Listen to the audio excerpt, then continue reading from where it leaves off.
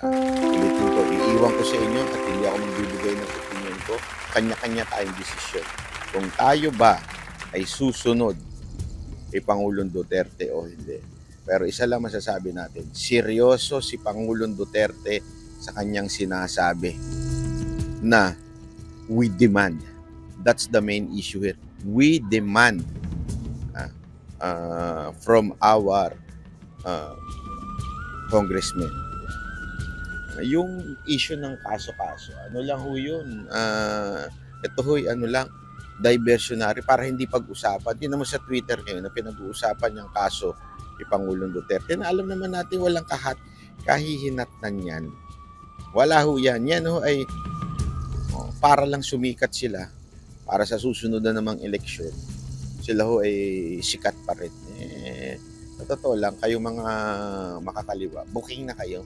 Alam namin kung saan nyo ginagastos ang pera na napupunta sa inyo galing sa speaker. Siyempre, Speaker of the House ang nag-aalat ng budget sa inyo para sa inyong extraordinary fund. Di ba? Kung sinasabi nyo, no, may extrajudicial killing ang ating Pangulong Duterte, kayo may extraordinary fund to the, hindi natin alam. Siguro, binibigay nyo sa mga kasamahan nyo dyan sa bundok. Maakyat sila o pinangpapakain nyo sa mga nagrarally, di ba? So mukhang mukhang tuloy-tuloy na to. So kayo, ano masasabi niyo? Birthday pala ni Yorme ngayon, ha? Happy birthday, Yorme. Yorme, Isko Moreno. Alam mo, meron ako na-meet dito na kababayan natin, no?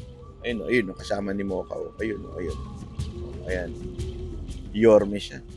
Narinig ko sinasabi niya. Kasi tinanong ni Mocha, sino binoto mo? Si Marcos ba o sino mo kandidato mo noong 2022? Sabi, Yorme ako.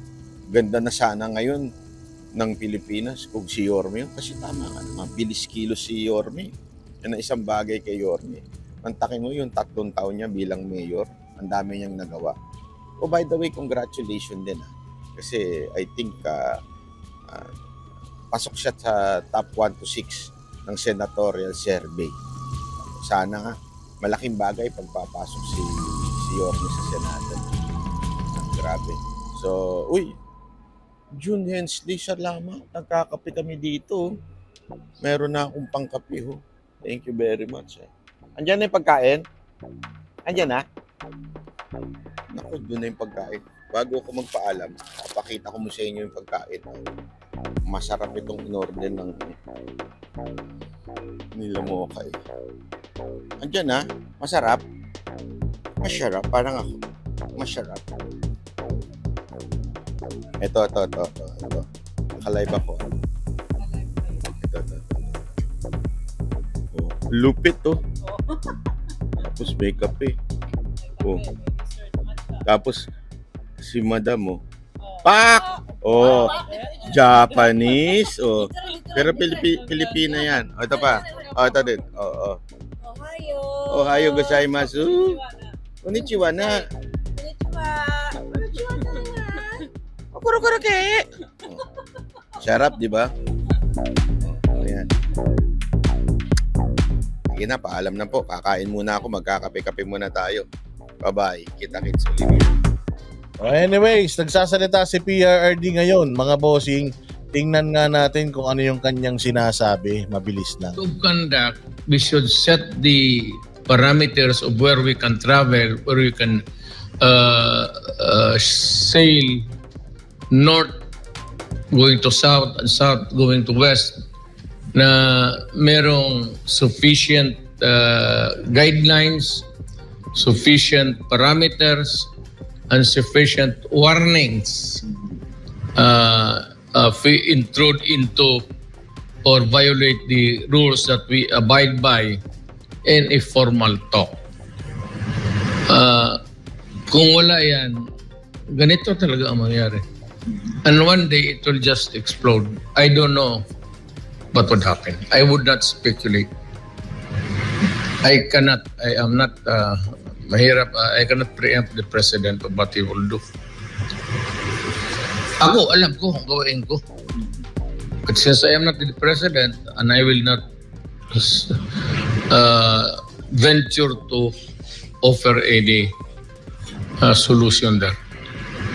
Nabanggit niya, Mayor, di ba yung pagbabalita natin ng from time to time yung what's happening between China, Chinese ito and the Philippines with regards to the West Philippine Sea.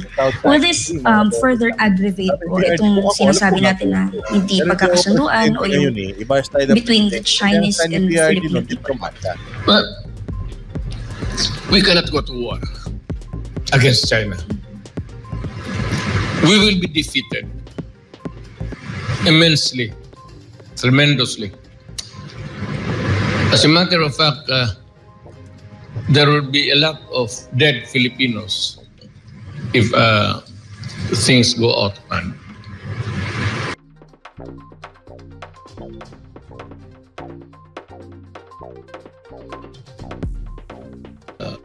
There, or the Filipino mind, looking at this problem, should consider Philippines separate all by itself dealing with China, and not to let into their fertile minds about matapang ka lang kasi nandyan yung US. Ang problema kasi dito, kung preparado ba ang United States would go to a nuclear war against China. Kung magkakisi-kisi dito, magkagulo, then it grows bigger and bigger. At tatamaan na tayo ng mga missile dyan sa Palawan and the Philippines itself and the bases, under bases sa mga Amerikano. Would they be ready to engage in a, say, a nuclear war?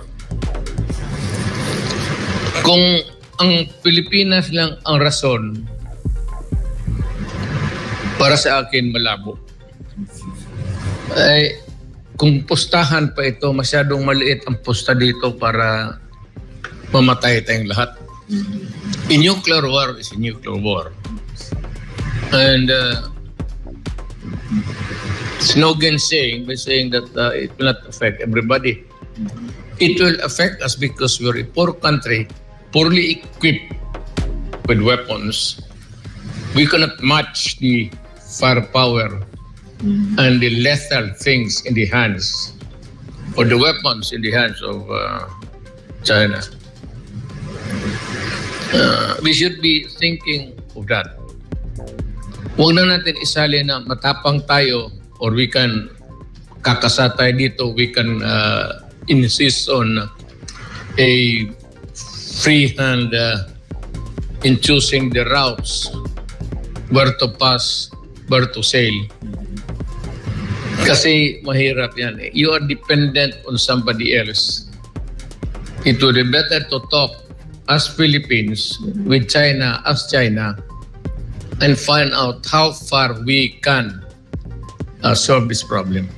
I'm sure China would be willing to magbigay sila ng sabihin natin, controversy to eh. Alam mo kung karap ko sa China, Sir, ito pinag-agawa natin. In the meantime na hindi tayo magpatayan, magbigay tayo ng daan-daan para we can safely travel in this part of the world. Otherwise, magkakaroon ng stalemate and it will not be good. You know, America would be egging the Philippines to fight for its right. Sabihin, backupan mo kami. Well, and it becomes not only our problem, it will become your problem and the American problem. Whether or not they would really back up the Philippines is something which remains to be seen. And I would say it's not good. Trouble there, the controversy right for a Ako, I wouldn't A say, holocaust. sabi ni Lumar Something that you Holocaust cannot na afford. yan, I wouldn't say, Okay, thank you po, Mayor. Halo-